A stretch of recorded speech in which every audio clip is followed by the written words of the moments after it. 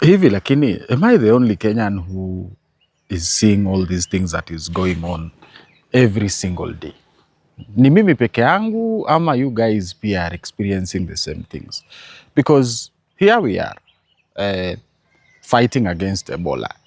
And the fight against Ebola, in the wisdom of our president, President Ruto, is that we are going to now construct an Ebola Containment Center in Nanyuki, in Laikipia Air Base. And then we are going to bring in Americans who are infected with Ebola so that they can be treated in Kenya of Ebola, instead of them going back to their home country where they are far much advanced in the health sector, in the technology sector, in the transport sector. Like there are literally airplanes that can fly non-stop from DRC to the US. And then Kenyans decide to say, no, we are rejecting the Ebola Center. So the people of Nanyuki go to the streets to demonstrate. And so far, in 2 demonstrations, 3 Kenyans have been killed by the police. I mean, you really need to help me understand. So a killer disease that we are importing, and then Kenyans are saying, no, we do not want you to import this killer disease. They go to protest on the streets. And then you unleash the killer police who have now killed more Kenyans than Ebola has ever killed in the Republic of Kenya.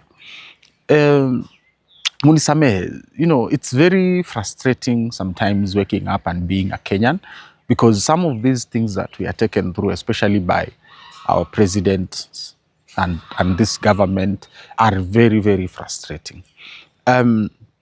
Why are you fighting so hard to please Americans who hate us? These people literally wanatuchukia sisi kama wa Africa. They hate us completely. Just as we speak right now, the US government gave a visa to a Somalian guy who is a referee by profession. He's a football referee. So he was going to the World Cup, alipata visa hapa Nairobi ya kwenda World Cup, and then kufika kule US, he was denied entry. And it is not him alone. A lot of brown people, a lot of Africans, kuna Moroccan fans wenye walifanya bookings zao za safari na kila kitu, and then wakakuwa denied visas. Why is President Ruto bending over backwards to please these colonialists? Kwa nini? Like, and then to make it worse, you even go ahead and take out your killer police squads, upeleke huko nje waue vijana, kwa sababu vijana wanapinga an Ebola Containment Center. And most of the time when you look at these killings, sawa, these are outright, yani ni watu ambao wametoka nje kuua, because kama huyo kijana mwenye alipigwa risasi jana, amepigwa risasi ya kichwa hapo. Sawa, you cannot tell me that you are trying to restrain a violent protester by kumpiga risasi ya kichwa. Ile ambao Ruto mwenyewe alisema ya kupiga kwa mguu, apige risasi za mguu, ilifanyika nini? If you are not going out there, if you have not been sent out there kuua wananchi wa Kenya.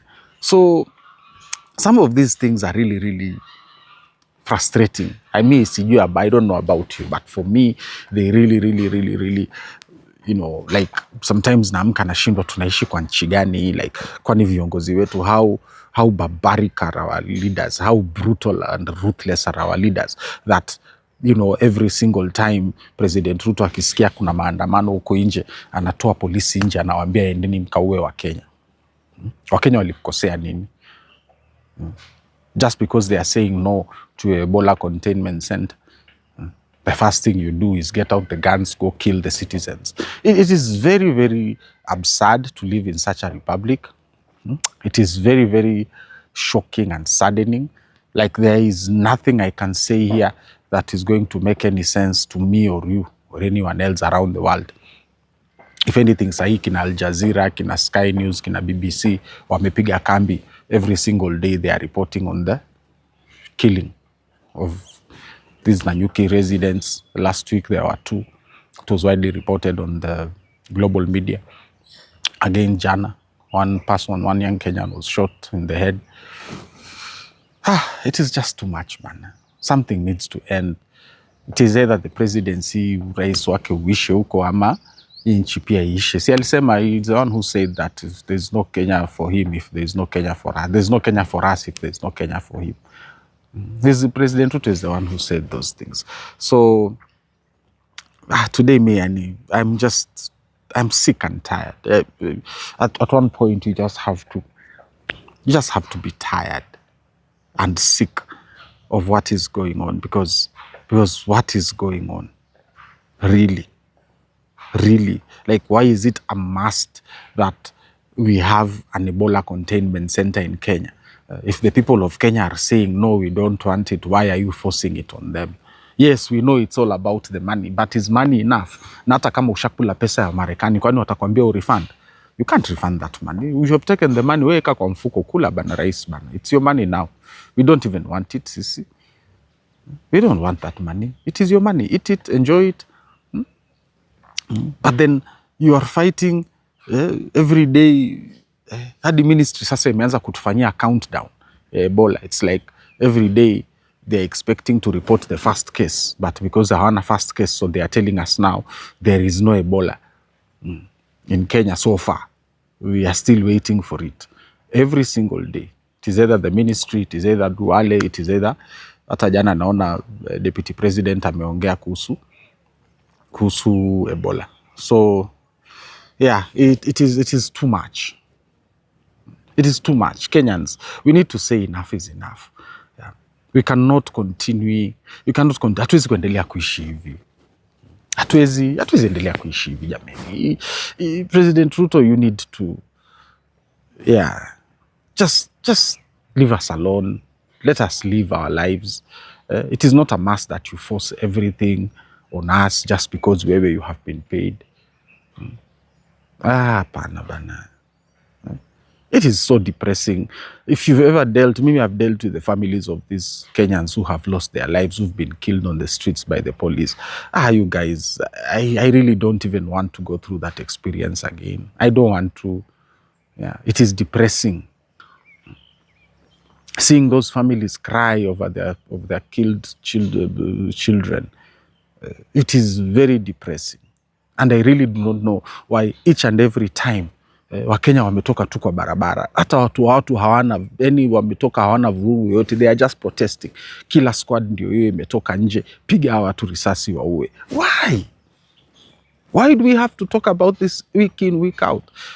Like, I really want to focus and talk about other things. Nifanye civic education, nifanye voter education. But here I am, another day talking about Kenyans who have been shot and killed by the killer police units, the President Ruto, in Nanyuki.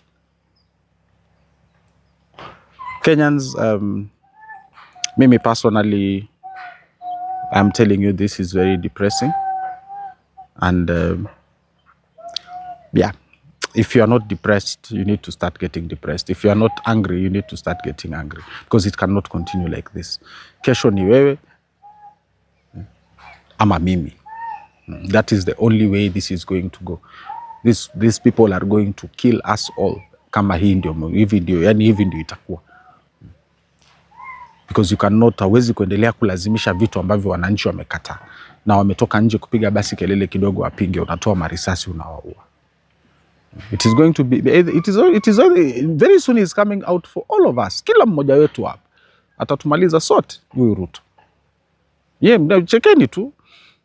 If people think it's a joke, but this guy is going to finish all of us before 2027. Because hii serikali ni kama ambaye alitumwa damu. Ni kama ambaye alitumwa kunyonya damu ya wananchi. It's like he drinks the blood of the people. And that is what keeps him in power.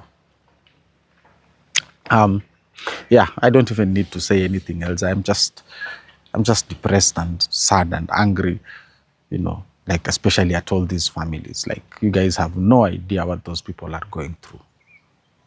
Kuzika vijana wachanga, people in their 20s, hata hawajaanza kuishi.